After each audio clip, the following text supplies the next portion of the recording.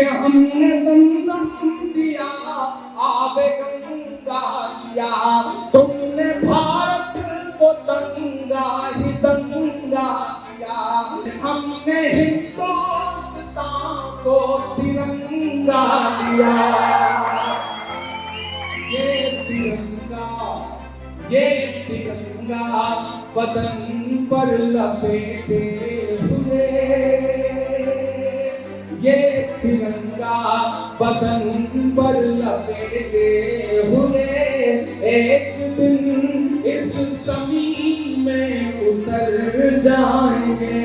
मत समझना डराने से डर जाएंगे, अब के सारी हदों से गुजर जाएंगे।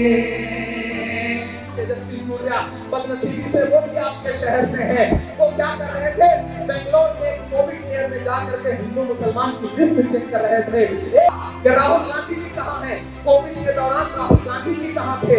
है कि जब सरहद उस बात में सराय आ रही थी कि इस तरफ चले और तुम्हारा मुल्क ये है, तब जामा मस्जिद की सीढ़ियों पर खड़े होकर के मौलाना अबुल कलाम आजाद ने कहा था कि नहीं, हिंदुस्तान हमारा है, मैं कुछ देर तो लेता रहता हूँ, फिर मेरे अंदर में शायर जाग जाता है तो वो बाहर निकल आता है। बहुत शुक्रिया, बहुत देर से इंतजार कर रहा था कि आपसे रूबरू होने का मौका मिले। डीके कुमार जी ने कन्नड़ में बहुत अच्छी तकरीर की है। कन्नड़ मुझे पूरी तरह समझ में नहीं आती, लेकिन कन्नड़ जो है वो मोहब्बतों की ज़बान है और मोहब्बत हमेशा समझ में आती है। इनके दो राय में आज आपके बीच में आया हूं एक अहम मौके पर। मेरे भाई, मुल्क बहुत बुरे दौर से गुजर रहा है। मुल्क एक ऐसे दौर से गुजर रहा है जब इख्तियार पर बैठे हुए लोगों को रत्ती भर शर्म नहीं रह गई है। वो कुछ भी बोलने से पहले आपके खिलाफ, कुछ भी जहर बोलने से पहले रत्ती भर लिहाज नहीं करते।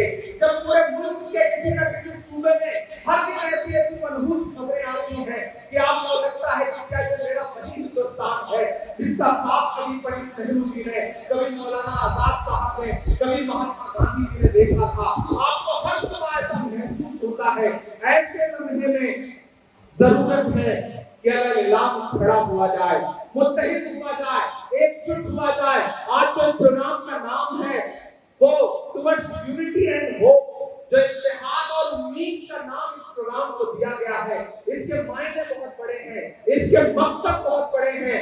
आप कर्नाटक के कोने कोने से आज यहाँ पे इकट्ठा हैं। कांग्रेस पार्टी के हमारे लीडर राहुल गांधी जी ने, प्रियंका गांधी जी ने, हमारी अध्यक्षा आदरणीय सोनिया जी ने मुझे एक जिम्मेदारी दी, मुझसे ये कहा कि आप माइनॉरिटी डिपार्टमेंट संभालिए, काम करिए, लोगों के बीच में जाइए। मैं तो शायर था, आप बतौर शायर मुझे पहचानते थे, मुझे प्यार करते थे। मैंने उनकी बात पर हामी भरी और मैं उनके साथ खड़ा हो गया। लोग मुझसे कहते हैं, मीडिया के साथी कहते हैं कि इमरान आप कांग्रेस के साथ क्यों खड़े हो गए? तब मैं ऐलान कहता हूँ कि मैं देश के साथ खड़ा हूँ, इसलिए कांग्रेस के साथ खड़ा हूँ। यहाँ तो लोग बैठे हैं, मैं उनमें तो जोश देख रहा था। हम लोग जब चले हैं तो यहाँ तक आने में जिस तरह से आज यहाँ उमड़ करके पूरा कर्नाटक आया है, वो ये बता रहा है कि कर्नाटक के अकीदत के लोग पूरी तरह से कांग्रेस के साथ खड़े हैं। बीच में चंद लोग आएंगे, आपको पहचानने की भी कोशिश करेंगे, आपको बताने की भी कोशिश करेंगे, बड़ी बड़ी तकरीरें भी करेंगे। वो कहेंगे कि अकीदतों को कांग्रेस ने पिछले 70 साल में क्या किया। आपको ये समझना है कि यही सवाल नरेंद्र मोदी भी कहते हैं कि कांग्रेस ने देश को 70 साल में क्या दिया। और कुछ मोदी के ऐसे दोस्त भी पैदा हो गए हैं जो आपके बीच में आके कहते हैं कि कांग्रेस ने 70 साल में अक़लियतों को क्या दिया। मैं बताता हूँ कांग्रेस ने क्या किया। वो कांग्रेस ही है जिसने डॉक्टर जाकिर हुसैन को इस देश का राष्ट्रपति बनाया। वो कांग्रेस ही है जिसने फखरुद्दीन अली अहमद साहब को इस देश का राष्ट्रपति बनाया। वो कांग्रेस ही है कि जब सरहद उस बात में सराय आ रही थी कि इस तरफ चले और तुम्हारा मुल्क ये है, तब जामा मस्जिद की सीढ़ियों पर खड़े होकर के मौलाना अबुल कलाम आजाद ने कहा था कि नहीं, हिंदुस्तान हमारा है, ये हमारा है, हम यहाँ के बाशिंदे हैं। ऐसे वक्त में भी पंडित नेहरू जी आगे बढ़े और आगे बढ़ करके उन्होंने मौलाना आजाद को अपने सीने से लगा करके अपनी कैबिनेट में पहला शिक्षा मंत्री बनाया, एजुकेशन मिनिस्टर बनाया। ये काम पर थे, अब कृष्ण भाई हैं। उधर दिल्ली के आसपास सरदार भाइयों का नंबर है। मेरे भाई मेरी एक बात संजीदगी से नोट करके ले जाना, पूरी दुनिया के किसी भी मुल्क में जब जब जमहूरियत कमजोर होगी, आईन कमजोर होगा, तो पहली चोट जो पड़ेगी वो अक़लियतों पर पड़ेगी, माइनॉरिटीज पर पड़ेगी। ये हुकूमत यही कर रही है। ये हुकूमत ऐसी हुकूमत है कि जिसने आपको तोहफे में महंगाई दी है, आपको तोहफे में शहरों के नाम बदलने की एक रवायत शुरू कर दी है। खुद कुछ नहीं कर पा रहे हैं, बस दूसरी इमारतों पर ठप्पा लगाने के अलावा कुछ नहीं कर पा रहे हैं। मैं यहाँ खड़ा होकर के आपसे कह रहा हूँ कि नया पाने की चाहत में पुराना छूट जाता है। तुझे अपनाऊं तो मुझसे जमाना रूठ जाता है। मोहब्बत पढ़ने लिखने में बहुत आसान है, लेकिन मोहब्बत को निभाने में पसीना छूट जाता है। आप जो कर्नाटक के कोने कोने से आए हैं, मैं तमाम बुजुर्गों को देख करके ये अंदाजा लगा रहा हूँ कि इसमें तमाम कांग्रेस के ऐसे सिपाही हैं जो पिछले 30 साल से, 35 साल से, पिछले 25 साल से कांग्रेस का झंडा अपने हाथों में ढो रहे हैं। शायद उन्हें बदले में कुछ ना मिला हो, लेकिन फिर भी कांग्रेस के लिए उनकी मोहब्बत ऐसी है कि उन्होंने कांग्रेस के झंडे को छूटने नहीं दिया है। बड़ी लीडरशिप दिल्ली जाती है। कांग्रेस की लीडरशिप हमेशा आपके सूबे पर बड़ा एतमाद करती है। अभी भी यूथ कांग्रेस का प्रेसिडेंट आपके सूबे से है, हमारा भाई श्रीनिवास, और मुझे इतना फख्र होता है। अभी एक मीडिया के साथी ने मुझसे बनने के बाद इंटरव्यू में कहा कि राहुल गांधी जी कहाँ हैं, कोविड के दौरान राहुल गांधी जी कहाँ थे। मैंने कहा मैं फर्क बताता हूँ। राहुल गांधी जी के बारे में अगर सवाल पूछ रहे हो कि कोविड में राहुल गांधी कहाँ थे, तो बस एक फर्क महसूस करना कि हमारा यूथ कांग्रेस का प्रेसिडेंट है श्रीनिवास, वो पूरे कोविड के दौरान सांसें बांट रहा था, ऑक्सीजन बांट रहा था दिल्ली में बैठ करके। और एक तरफ भाजपा का यूथ विंग है, उसका जो प्रेसिडेंट है उसका नाम है तेजस्वी सूर्या, बदनसीबी से वो भी आपके शहर से है। वो क्या कर रहे थे, बेंगलोर के कोविड केयर में जाकर के हिंदू मुसलमान की लिस्ट चेक कर रहे थे। एक तरफ हमारा यूथ विंग का प्रेसिडेंट है, एक तरफ कांग्रेस पार्टी का यूथ विंग का प्रेसिडेंट है जो सांसें बांटता है, और एक तरफ भाजपा का यूथ विंग का प्रेसिडेंट है जो हिंदू मुसलमान करता है लाशों के बीच में भी जा करके। आपको तय करना है कि आपको तेजस्वी सूर्या चाहिए या श्रीनिवास चाहिए। राहुल गांधी की परवरिश से श्रीनिवास पैदा होते हैं, राहुल गांधी जी की परवरिश से श्रीनिवास जैसे लोग आगे बढ़ते हैं, इमरान प्रतापगढ़ी जैसे लोग आगे बढ़ते हैं। लेकिन मोदी जी और जेपी नड्डा और अमित शाह की परवरिश से तेजस्वी सूर्या जैसे लोग आगे बढ़ते हैं। देश को तय करना है कि उसे कौन चाहिए, देश को जो तय करना है। राहुल गांधी जी इस तरह के नौजवान तैयार कर रहे हैं, और आज आते हुए मुझे खुशी हो रही थी। मैं एक नई कांग्रेस देख रहा हूँ, एक नई ऊर्जा देख रहा हूँ लोगों में। यहाँ जो 4 फीट नीचे बैठे हैं, मुझे डीके साहब का एक सिस्टम बहुत अच्छा लगा कि स्टेज पर कोई नेता नहीं बैठेगा, वो भी नीचे बैठेगा, वो भी जनता के बराबर बैठेगा। और मैं कोशिश करूंगा कि मैं यूपी लौट करके मैं प्रियंका जी से कहूँ कि ये सिस्टम यूपी में भी लागू किया जाए। ये बहुत शानदार सिस्टम है, ये अच्छा सिस्टम है, और मैं कोशिश करूंगा कि माइनॉरिटी डिपार्टमेंट के ज्यादातर फंक्शन में ये सिस्टम लागू हो सके।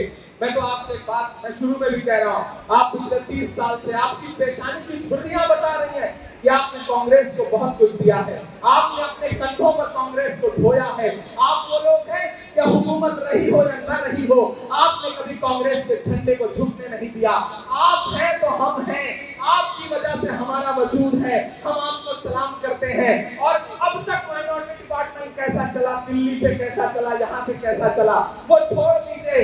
अब आपकी उम्मीदों के मुताबिक चलेगा, ये मैं आपसे वादा कर रहा हूँ। मैंने जब्बार साहब को अपना नायक बना करके आपके सामने पेश किया है। मैं कुछ देर तो लेता रहता हूँ, फिर मेरे अंदर का शायर जाग जाता है, तो वो बाहर निकल आता है। और मुझे खुशी है कि आज मोहतरम मल्लिकार्जुन खड़गे साहब ने भी बड़े अच्छे अच्छे शेर सुनाए। उन्होंने अल्लामा इकबाल साहब तक को याद किया, उनके लिए शेर सुनाए।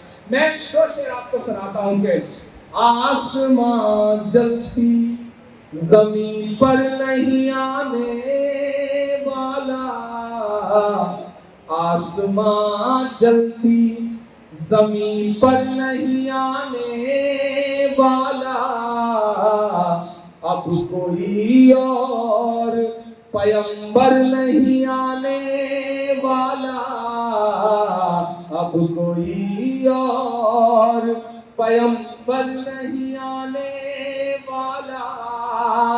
प्यास कहती है चलो रेत की जाए, अपने हिस्से में समंदर नहीं आने वाला। और कर्नाटक वालों, अपने काबे की हिफाजत तुम्हें खुद करनी है, अपने काबे की हिफाजत तुम्हें खुद करनी है। फिर अबाबिलों का लश्कर नहीं आने वाला, फिर अबाबिलों का लश्कर नहीं आने वाला। छुटिए, डरिए मत। राहुल जी कहते हैं ना कि डरो मत। कांग्रेस का एक एक सिपाही अलग ऐलान अब कहना शुरू करे कि नहीं, हम इन फासिस्ट ताकतों के पुलिस के डंडे से नहीं डरेंगे, तुम्हारे यूएपीए से नहीं डरेंगे, तुम्हारे जुल्म से नहीं डरेंगे, क्योंकि हम कांग्रेस के सिपाही हैं। हमारी परवरिश जो है वो पंडित नेहरू, मौलाना आजाद से लेकर के और राजीव जी और इंदिरा गांधी तक हुई है। हम डरेंगे नहीं। कि मत समझना डराने से डर जाएंगे। आप बहुत थके हैं, मैं जानता हूं, पिछले 4-5 घंटे से आप बैठे हुए हैं, लेकिन मैं थका हुआ बेंगलोर नहीं देख सकता।